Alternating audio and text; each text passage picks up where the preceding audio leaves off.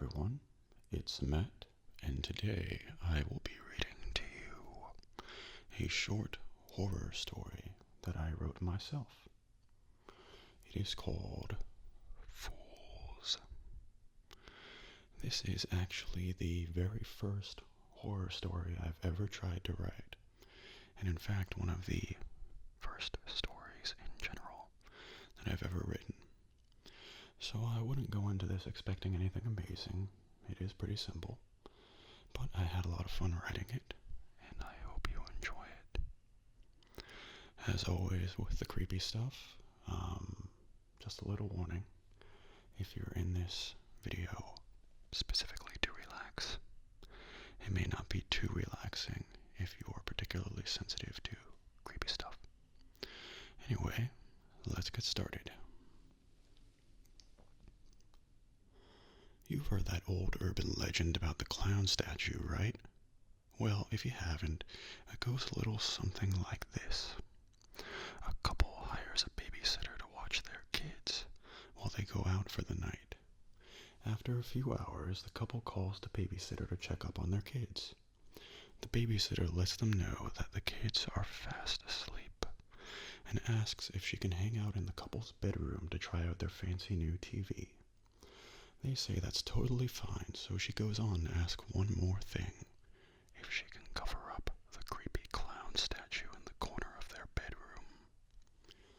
Get our children out of there and call the police, they respond. She asks why. Their answer? We don't have a clown statue. Creepy, huh? Well, I wish I could say with confidence that it really is just an urban legend. But after what happened last year, I'd not just be lying to myself, I'd be lying to you. Whether or not you believe in urban legends, I can tell you for a fact that the things you're about to hear are nothing but the truth. My name is Sarah Hollingsworth.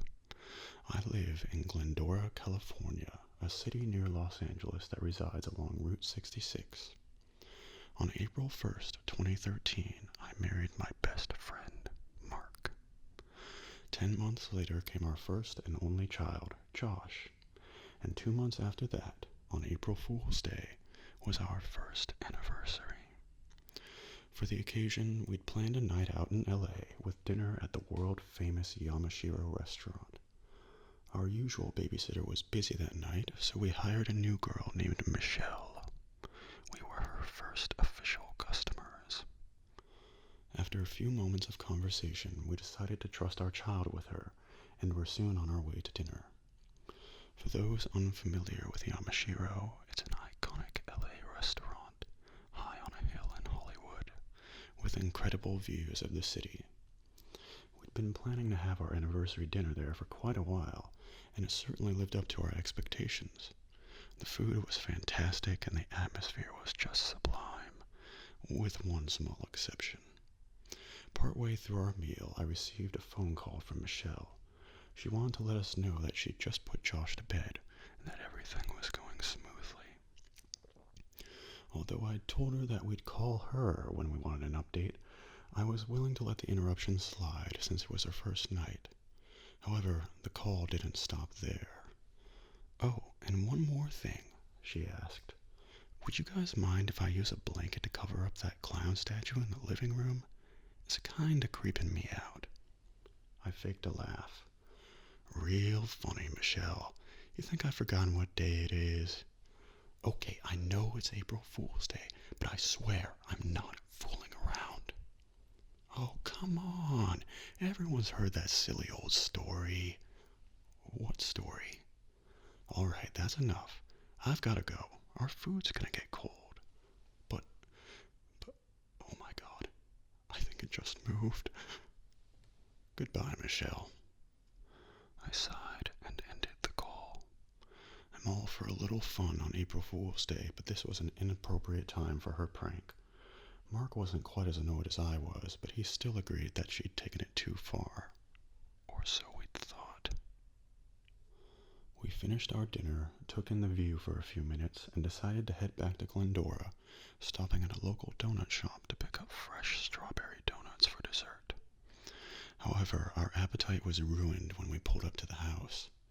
In front of it were 2 cop cars, with their lights flashing and our front door wide open. My heart started racing as my mind became flooded with thoughts of all the terrible things this could have meant. I wasn't worried about a killer clown. I was worried about more realistic things, like a violent intruder or a murderous babysitter. Thankfully, neither was the culprit. As we rushed towards the house, a couple of police officers walked out with annoyed looks on their faces. We asked what was going on, and they explained that Michelle had called 911 to report a home invasion. The cops had forced the front door open, searched the house, and found nothing unusual except for a grinning Michelle hiding in a closet who nearly got herself shot by screaming April Fools when they discovered her. Josh was apparently sound asleep in his crib the whole time. Needless to say, we wouldn't be hiring Michelle again. The police let her off with a small fine for misuse of emergency services. We paid her a fraction of it for watching our son, and she left for the night.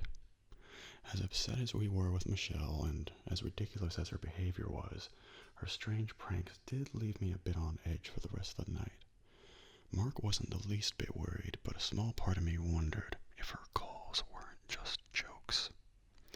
It takes a special kind of stupidity to prank call the cops, and her call during dinner sounded pretty sincere to me.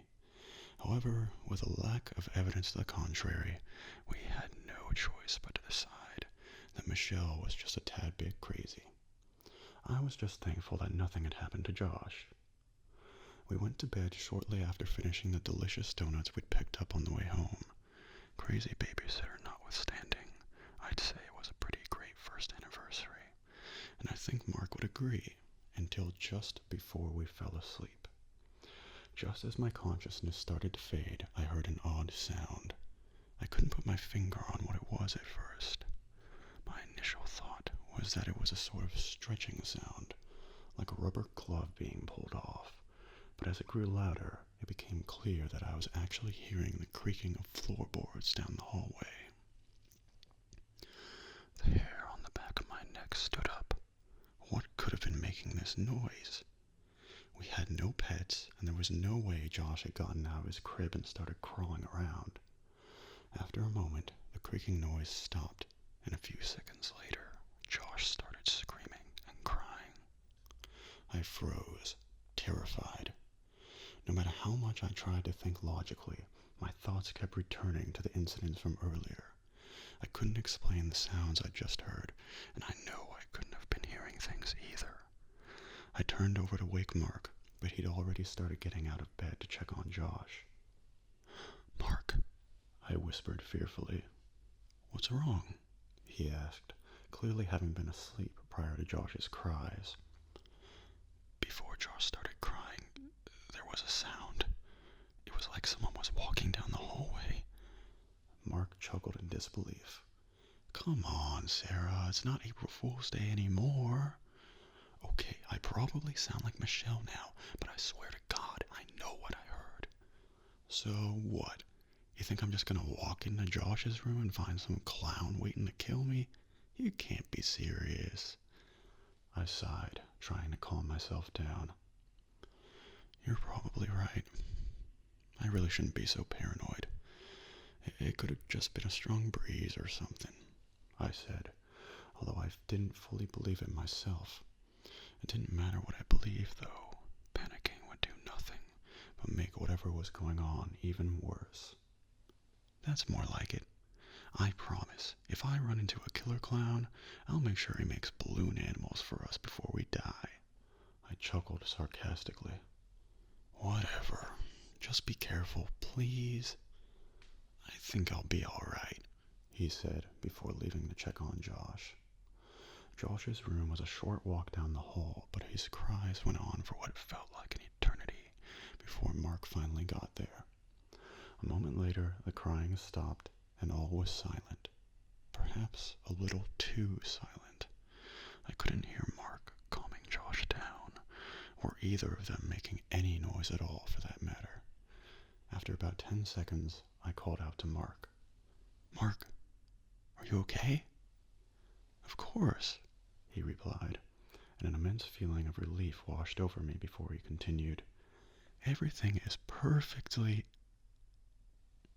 His voice cut out mid-sentence, as if he'd suddenly lost the ability to speak, and silence took over just like before. My sense of relief quickly vanished. Everything is perfectly what? I yelled, hoping that he'd just been distracted by Josh. There was no response, so I called out again. Mark, everything is perfectly what? Still nothing. Mark! Neither Mark nor Josh made a sound. Paranoia overwhelmed me, and I struggled to think rationally. What's the worst that could have happened to them? If someone or something had attacked them, I surely would have heard a scream or struggle of some sort. I knew that I only had one choice, to go check on them myself, no matter how much I hated the idea. After taking a moment to gather my courage, I got out of bed and slowly made my way down the hallway. Each step was met with the same creaking sound I'd heard earlier, and the walk had never felt so long. When I finally reached the edge of Josh's doorway, I stopped in my tracks before starting to slowly peek around the corner with one eye, expecting the worst. Thankfully, there was nothing of the sort, just Mark cradling Josh in his arms, a contented smile on both of their faces. I sighed deeply, the tension pouring out of my body. Everything is perfectly what, Mark? I asked, hoping for confirmation of what I was seeing. Perfectly fine. Didn't you hear me? Well, your voice cut out and you wouldn't answer me when I started yelling for you. Huh, that's odd. I only heard you the first time. So how's this for proof? We've got nothing to worry about. I guess you're right. Thanks for checking it out. Mark put Josh back in the crib, and we went back to bed. Honestly, I was feeling pretty silly at this point, letting a stupid prank make me feel so paranoid. I got comfortable, then rolled over and gave Mark a goodnight kiss. But something was off. The kiss didn't taste like Mark, the toothpaste we'd used before bed, or even the strawberry donuts from earlier. It tasted metallic. It was the same taste you get in your mouth after biting your tongue. I slowly backed my head away from his and opened my eyes, expecting to see green ones looking back at me. Instead, I saw red, bloodshot eyes with tiny yellow irises staring into mine. Surrounding the eyes was porcelain white skin, smeared with sloppy, multicolored makeup. Gone was Mark's brown hair, replaced by a filthy rainbow afro, and instead of Mark's familiar smile, I saw a grinning mouth full of yellow, razor-sharp teeth, with bits of bloodied brown hair sticking out from between them. I froze in shock as the clown began to giggle uncontrollably, its voice deep yet raspy. It stayed completely still, lying on its side in the bed, and its giggling gradually turned into maniacal laughter before I finally regained control of my limbs and jumped out of the bed. I immediately sprinted down the hall and towards the kitchen, looking over my shoulder to keep my eyes on the clown. It remained in the exact same position, its terrible cackling echoing down the hall and off the tiles of the kitchen floor. Once I reached the utensil drawer, I took my eyes off the clown, grabbed a knife, and turned back around to run for the front door, hoping to escape and be able to defend myself if it followed me outside. But it was too late. In the split second I'd taken my eyes off the clown, it had somehow gotten out of the bed and appeared right behind me, standing nearly 7 feet tall. It thrust its arms forward, reaching out to grab me with overgrown fingernails. I raised the knife above my head, hoping to stab it in the chest, but before I could, the clown squeezed a handheld pump hidden up its sleeve. Acid squirted from a decorative flower on its tattered and torn outfit, spraying all over my right hand and half of my face. I dropped the knife, clutching my face and writhing in pain before falling to the floor. The clown was practically screeching with laughter now. It took a few steps until it towered over me, trapping me in the corner of the kitchen. It then kneeled down, wrapped its fingers around my shoulders, and slowly lowered its head towards mine, opening its jaw wide, wider than physically possible. But there was no way I was about to get eaten by this clown. Lacking any other ideas, I took my knee and thrust it between its legs as hard as I could. To my surprise, the clown let out a blood-curdling scream and fell backwards, clutching its crotch. In just a few short seconds, I crawled away, used my left hand to grab the knife I'd dropped a moment before, and stabbed the clown in the side of the head with all my might. As soon as I did, its body went completely limp. A second later, it began to shrink and deform, air rushing out of the knife wound like a slowly deflating balloon, until all that remained was a flattened, clown-shaped mass of rubbery skin. I carefully examined the remains, looking for any sign of life, before confirming that the clown, or whatever this thing was, would not be coming back from the dead.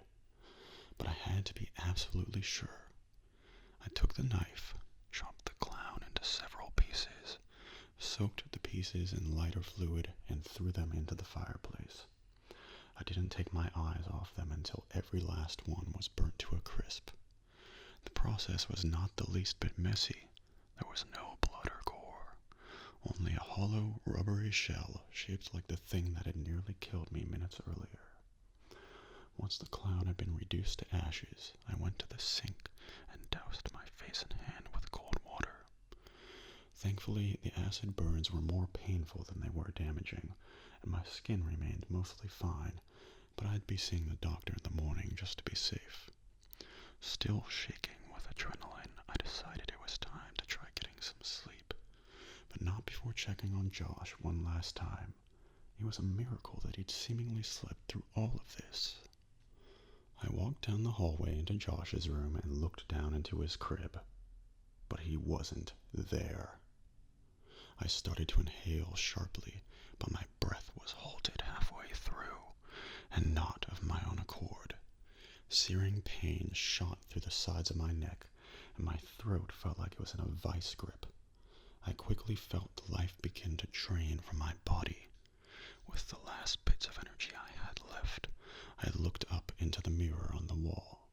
Around my neck were the jaws of a clown, just like the one I'd disposed of minutes earlier, its head rotated at an angle that'd break any human neck.